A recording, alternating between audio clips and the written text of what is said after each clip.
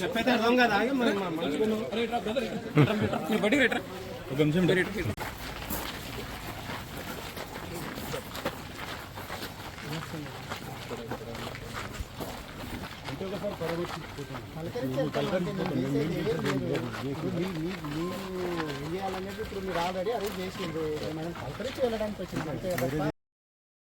జరిగినటువంటి సంఘటన లగచర్లలో రైతులు మరి అధికారుల మీద దాడి చేసిందని ఏదైతే కుట్ర పన్ని అరెస్ట్ చేయడం జరిగిందో మరి స్వయాన కలెక్టర్ గారే చెప్పారు ఇది దాడి కాదు, రైతులతో మాట్లాడడానికి వెళ్ళినాం, ఇక్కడ చిన్న తోపులాట జరిగిందని స్వయాన కలెక్టర్ గారే ప్రకటించింది.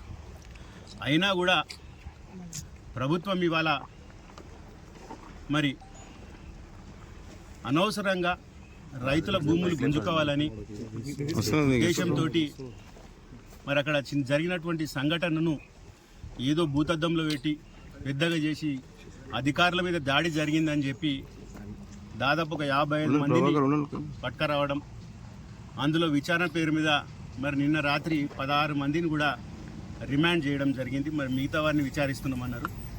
ఈ క్రమంలో మరి అక్కడ గతంలో పనిచేసినటువంటి గౌరవ మాజీ శాసనసభ్యులు నరేందర్ రెడ్డి గారు కూడా కుట్ర ఉందని వారిని అలా అన్యాయంగా ఇవాళ పొద్దున 5:30 ప్రాంతంలో పోయి వారిని అరెస్ట్ చేయడం అనేది నిజంగా కూడా దీన్ని తీవ్రంగా ఖండిస్తుంది.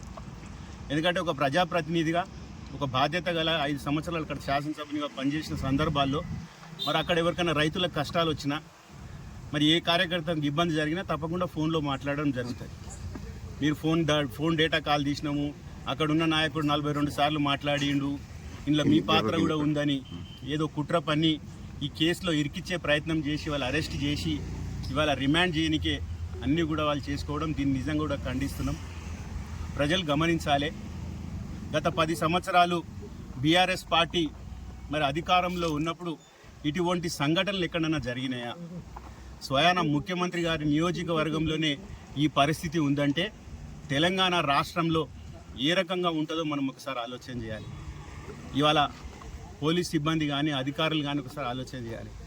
ప్రభుత్వాలు అనేటివి 5 సంవత్సరాలకు వస్తుంటాయి, మారుతుంటాయి, పోతుంటాయి. కానీ అధికారులు అనేది వాళ్ళ వృత్తి, వాళ్ళు దాదాపు ఎవరైనా వాళ్ళ వృత్తిలో 30-40 సంవత్సరాలు అధికారులుగా పనిచేస్తారు కాబట్టి వాళ్ళు ప్రభుత్వం చెప్పినట్లు ఆడుకుంటూ పనిచేస్తే ఇటువంటి సంఘటనలు జరుగుతాయి. కాబట్టి దయచేసి అధికారులు తప్పకుండా ఆలోచన చేయాలి. ముఖ్యంగా పోలీస్ సిబ్బంది కూడా ప్రభుత్వానికి తలగ్గకుండా ఏదైతే న్యాయం ఉందో తప్పకుండా ఎవరైనా తప్పు చేస్తే ఖచ్చితంగా జైల్లో పెట్టే శిక్షించాలి. కానీ ఇటువంటి చిన్న సంఘటన తీసుకొచ్చి అలా పెద్దగా చేసి అనవసరమైనటువంటి రైతులను అందరినీ కూడా ఇలా జైల్లో పెట్టడం నిజంగా కూడా దీన్ని ఖండిస్తున్నాం.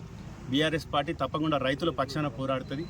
ఇలా గౌరవనీయులు కేసీఆర్ గారు రైతుల కోసం ఏం చేసినారో దేశం కాదు ప్రపంచం అంతా కూడా చూస్తున్నది.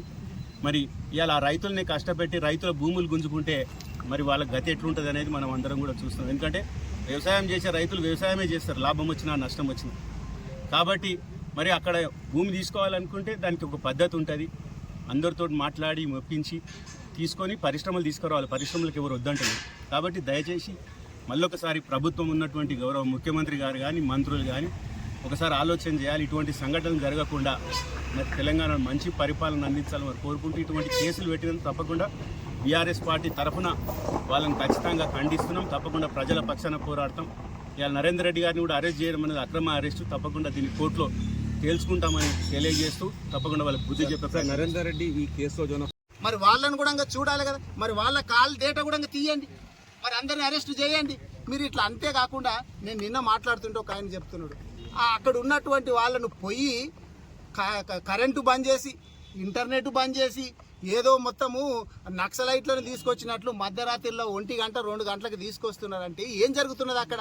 అక్కడ ఉన్నటువంటి ప్రజలంతా తండాల వాళ్ళు కావచ్చు, గ్రామాల ప్రజలందరూ కూడా భయభ్రాంతులతోటి ఎప్పుడు పోలీసులు వస్తారో మమ్మల్ని ఎవరు పట్టుకపోతారని చెప్పి భయభ్రాంతులతోటి బతుకుతా ఉన్నారు. వాళ్ళని తీసుకొస్తున్నారు. తీసుకొచ్చేసేసి ఇప్పుడు అందులో కొంతమంది ఉద్యోగస్తులు కూడా ఉన్నారంట. నిన్న నాకు ఒక పిల్లగాడు చెప్తున్నాడు, పంచాయతీలో ఇప్పుడు సెక్రటరీగా, విలేజ్ సెక్రటరీగా పనిచేస్తున్నాడు అంటే. ఆ పిల్లగాడు లేనేలేడంటాడా? ఆ పిల్లగాడు లేనేలేడు. వాళ్ళ కుటుంబ సభ్యులు రైతులు ఎవరో ఉండి అక్కడ ఉంటే ఆ పిల్లగాని తీసుకొచ్చిందంట. అరే నేను లేను, మీరు పెట్టినటువంటి సర్వేనే నేను సర్వే చేయడానికి పోయినా రాత్రి 8 గంటలకు 9 గంటలకు వచ్చిన. మా కుటుంబ సభ్యులు రైతులు అక్కడ ఉండి ఉంటారు, వాళ్ళ దాన్ని బట్టి నన్ను తీసుకొస్తే ఎట్లా అని చెప్పి ఆ పిల్లగాడు ఏడుస్తున్నాడు. ఆ ఉద్యోగంకి ఏంది కాబట్టి ఆలోచన చేయాలి ముఖ్యమంత్రి గారు. ఇప్పటికైనా కానీ భేషజాలకు పోకూడదు. రైతులను ఒప్పించి మీరు పరిశ్రమలకు బీఆర్ఎస్ పార్టీ వ్యతిరేకం కాదు, కానీ ఎటువంటి పరిశ్రమలకు వ్యతిరేకం అంటే అక్కడ పొల్యూషన్ వచ్చేటటువంటి పరిశ్రమలు పెట్టాలని అనుకుంటే మాత్రం 100% వ్యతిరేకం. పొల్యూషన్ లేనటువంటి పరిశ్రమలు పెట్టండి, ఉపాధి కల్పించండి.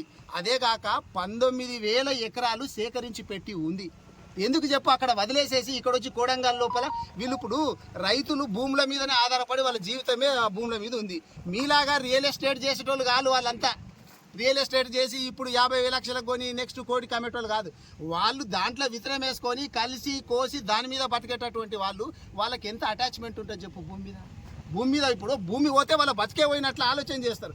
అటువంటి వాళ్ళని ఎంత సంజాయించాలి అసలు? దగ్గరికి తీసుకొని మంచిగా సంజాయిస్తే ఇది చాలా చిన్న సమస్య. ఇప్పటికైనా కానీ ముఖ్యమంత్రి గారు నేను కోరేది ఏంటంటే జరిగింది ఏదో జరిగిపోయింది, ఇప్పుడు ప్రజలందరూ కూడా తిరస్కరిస్తున్నారు అనేది అర్థమైపోయింది. ఎందుకంటే ఇప్పుడు కలెక్టర్ గారు 2 కిలోమీటర్ల దూరం లోపల లగచెర్ల గ్రామం లోపల గ్రామ సభ పెట్టినప్పుడు ఏంటంటే ప్రజలు ఎవ్వరు రాలేరంటే ఏమర్థం దాన్ని? ప్రజలకు ఇష్టం లేదు అనేటటువంటిది తెలిసిపోతుంది కదా. మరి అదే నివేదిక కలెక్టర్ కూడా రాసి పంపించేది ఉండే. గవర్నమెంట్ కూడా ఏం చేయాలంటే అరే మనం గ్రామ సభ పెట్టినా ఇక్కడ ఎవరు కూడా రైతులు వస్తలేరు అంటే రైతులకు ఇష్టం లేదు అనేటటువంటిది అర్థం చేసుకొని నెక్స్ట్ ఏం చేయాలనేటటువంటిది ఆలోచన చేయాలా. అదే కాకుండా ఇప్పుడు అక్కడ ఉన్నటువంటి నిఘా వ్యవస్థ ఏం చేస్తుంది, పోలీసు వ్యవస్థ ఏం చేస్తుంది? పోలీసులు ఇట్లా ఇప్పుడు అంతకుముందే గతంలో 1 నెల క్రితమే అక్కడ ఉన్నటువంటి కాంగ్రెస్ మండలాధ్యక్షుడిని అక్కడ బంధించింది. మరి సంఘటనలు ఇవన్నీ జరుగుతుంటే కూడా నెక్స్ట్ ఏం జరుగుతుందో ఎట్లా చేయాలా అనేటటువంటిది ఆలోచన లేకుండా ఎట్లా ఇది నిజంగా చెప్పాలంటే ఇది గవర్నమెంట్ ఫెయిల్యూరు, రేవంత్ రెడ్డి గారు ఫెయిల్యూరు. మీరెంతమంది మీద కేసులు పెట్టినా ఎంతమందిని జైళ్లకు పంపించినా భయపడేటటువంటి ప్రసక్తి లేదు. బీఆర్ఎస్ పార్టీ ఖచ్చితంగా ప్రజల